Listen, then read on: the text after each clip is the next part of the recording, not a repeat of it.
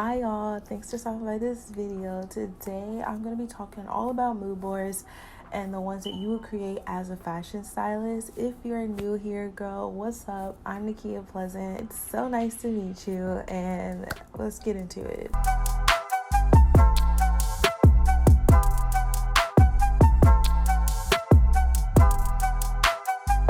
You may be thinking, girl, I don't even know what a mood board is, and that is totally fine, sis. A mood board, according to Google, a mood board is a type of visual presentation or collage consisting of text, images, and samples of objects in composition. A mood board can be used to convey a general idea or feeling about a particular topic. They may be physical or digital and can be an effective presentation tool. There you have it. And you already may know about a mood board, but you kind of might only know about like the basic one-page mood board. And a mood board you can make with whatever program. You can use Photoshop, InDesign, Illustrator. You can use even Canva. You can use Pinterest. You can use a website called Go Mood Board. When you first learn about like a mood board, you learn about just researching images. I like to, if I am using fashion resources, I like to pull from Runway. So pulling ideas and styling tips straight from the stylist that may have styled the runway is best, I feel like, because that's the most innovative, it's the most new. In fashion, we look to the runway for the most new current things, right? But also, I feel like look outside of fashion, like look at art, look at documentaries, look at film stills and short films and music videos and all these things and people in everyday life. That's going to be your biggest inspiration, because I know it's mine. And I feel like when you pull so much more inspiration from outside of fashion, it brings something new within fashion. So just think about that. I'll give you guys an example of a good mood board and a bad mood board based on if you want to be working with a model agency. So say if you decide like, okay, for this test shoot, I actually want to use a model from a model agency, right? So you do that, right? But you can't just send the model agency any type of mood board, right? So you have to be more particular about when you make this mood board for the agency, because you don't want to send a mood board where you have pictures of like girls like styled in like sheer tops and it's like titties out, you know what I'm saying? And you also don't want like something where someone's smoking or the hair is too crazy, makeup's too crazy. And I don't want to send my model to anybody, any type of person, any situation where the model might end up feeling safe or feeling trapped, and just not a great experience for them. So just make sure that, keep that in mind. So I'm gonna show you a mood board that I sent to a model agency, and I'll show you one that I didn't send to a model agency, but I don't think it's a good one because it was like when I was first starting. So this is the first mood board that I did, and this mood board was obviously, like, you can see 100% what's going on. You see the theme. It's going to be varsity kind of theme. I want a male model, obviously. I don't want someone with long hair. I want it with short hair. The only images that I kind of was skeptical about was the picture right here where the skull and all the piercings and things like that, and then this one, this close-up with the kind of dark eyes in the corners, in the outer corners of the eye. I think those two images might kind of be like a little bit of but it was okay actually. But let me show you this mood board. So this mood board is a mood board that I would not send to a model agency. Well, here you see the mood board. A lot of the images are stretched, so a lot of the pictures look very wide. I have pictures of like this girl smoking and holding up the middle finger. Like, come on, sis. The makeup I have in the pictures are pretty dramatic.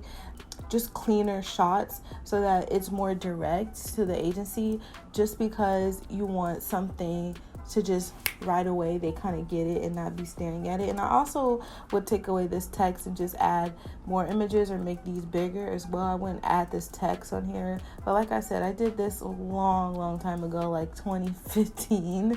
So the second type of mood board that I've made and that you might also be making in the future is a mood board for commercial advertisements, campaigns type of jobs. So these are like the bigger jobs that are, you see commercials, you see billboards. For that type of stuff, the client is gonna expect something, you know, different. They're not gonna want you to really send, from my experience, the clients have not been wanting us to send mood boards that are just one pager, like that's it, like no. So I'll give you an example of one shoot that I worked on. So I was assisting on a shoot.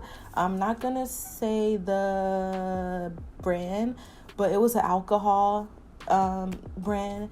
I'll just leave it at that because I want to show you guys the mood board and stuff. But so I was working on it. It was when I was interning actually. So I was working on it, and the stylist was like, okay, Nakia, go ahead and make a mood board. And I was like, okay. And we sat down and researched images and stuff. And she was like, research images with classic style, Urban Outfitters type of feel, Madewell type of feels, you know what I'm saying? And I was like, okay, cool. So I looked on their websites and I tried to pull the most recent things, pulled really current images that were from runway, from retail stores. They had to be really current. Like I couldn't just search any type of thing, because just in case like you send that mood board to the client and they're like, ooh, we actually like that top, can you get that top? And it's like, oh. And say if you pull something that was from like Pinterest or something and you try to look up the photo and there's no way to source it, and then you finally source it and you find out this top was from 2002 or something like that. You know what I'm saying? So you don't want that to happen. So I sent one mood board page, and the stylist I was interning for, she was like, Nakia, why'd you only send one page? She's like, I was like, what? I was like, you asked for a mood board. And then she was like, no. She was like, so she broke it down to me. She was like, so for this case, we have women and men. So we need to make about, she told me to make about 2 pages of mood boards for women and 2 pages for men, maybe 3 pages for men. And that's what I had to do. I had to pull so many images. Like, okay, I'm trying to get a lot of full body shots. I'm trying to get a lot of action shots. I'm trying to get full body looks. Not like, because you can go on e-commerce sites looking for images on an e-commerce site, but if you pull the images that aren't like the editorial images where it's fully styled, that could also hurt you when you're putting together a mood board for the client. And also with this comes multiple revisions. So with this case, the company was actually based in the UK, and they were going to fly out here when it was time to shoot, but up to prepping and like all this meeting and stuff, there was just a lot of me having to redo it. But this is just something I want to let y'all know to look out for, just in case you are maybe assisting a stylist and they are doing that type of shoot, or you know, you're working with a client that's like this, like even healthcare clients, even like, girl, there are stylists for a lot of things that you might not even think of. So the opportunities are there just to encourage you.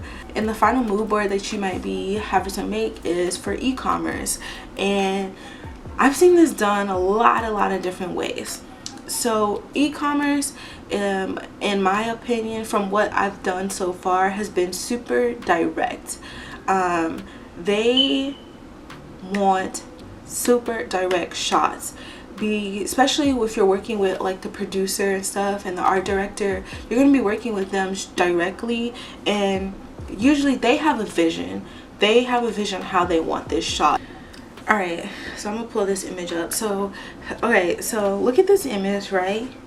So obviously it was shot by them, and I just randomly pulled this. Is not like something I did, but you have the girl, she's styled, this is relaxed, and you can see it's more setting. It's not just a white background, gray background type of thing. It's, you know, setting. It's a mood. And for this, right, they are literally going to have this whole idea planned out. Like, they are literally going to know, like, we want a chair here, we want books like this, we want it to look like this, her just lounging, da da da da da, right? They are wanting us to find exact images, period. Like, there is no ands, if, buts about it. And they'll push out keywords, and that's when you, as a stylist, you have to be knowing all your vocabulary words, and so that you can be able to pull out these things, because they're not going to show you too much of what they really want, and they're going to help you find images and stuff. And when it comes to like the final mood board and everything, they're going to have a lot to do with it. But when and it's different for each e-commerce job. It just depends on what you're like actually doing. And usually like each scene will kind of have a mood board. So say if you're doing a shoot and it's more of like an editorial campaign shoot for say like Forever 21 and or Fashion Nova. Let's do Fashion Nova. Or no, let's do Forever 21. So like Forever 21, right? Say if you're doing a shoot, and most fast fashion retailers like e-commerce and things, and most retailers in general that do sell women's wear, they try to cater to many different types of women's style, because women's style is usually really diverse, a lot of different girls. So with Forever 21, for example, they have a boho girl, an edgy girl, a femme girl, a sexy girl, and contemporary, right? So say if you got booked to shoot with them, they're gonna have a mood board, and you're gonna have to make a mood board for each girl. If you're doing that, there's gonna have to be a mood board for each girl, because each girl's different. Each girl's gonna style this top different. Each girl is gonna, you know, do something different. So, and they have catered their styles to be made for those particular girls. But it's just a lot to think about as a stylist. And you can see this universally. Like Fashion Nova has it. I'm trying to think of who is a big fast fashion. Even I think like Sorella Boutique is kind of one. Who else? Loft might be one. Torrid even has it. Also, on the other side of e-commerce, outside of editorial, you have their everyday type of basic shots. You know, if I gotta get the top, get it 3 ways, front, back, side, bottom, front, back, side, type of thing. And that could be a bit boring for people, but I know, like, should I say this? I'll just say it.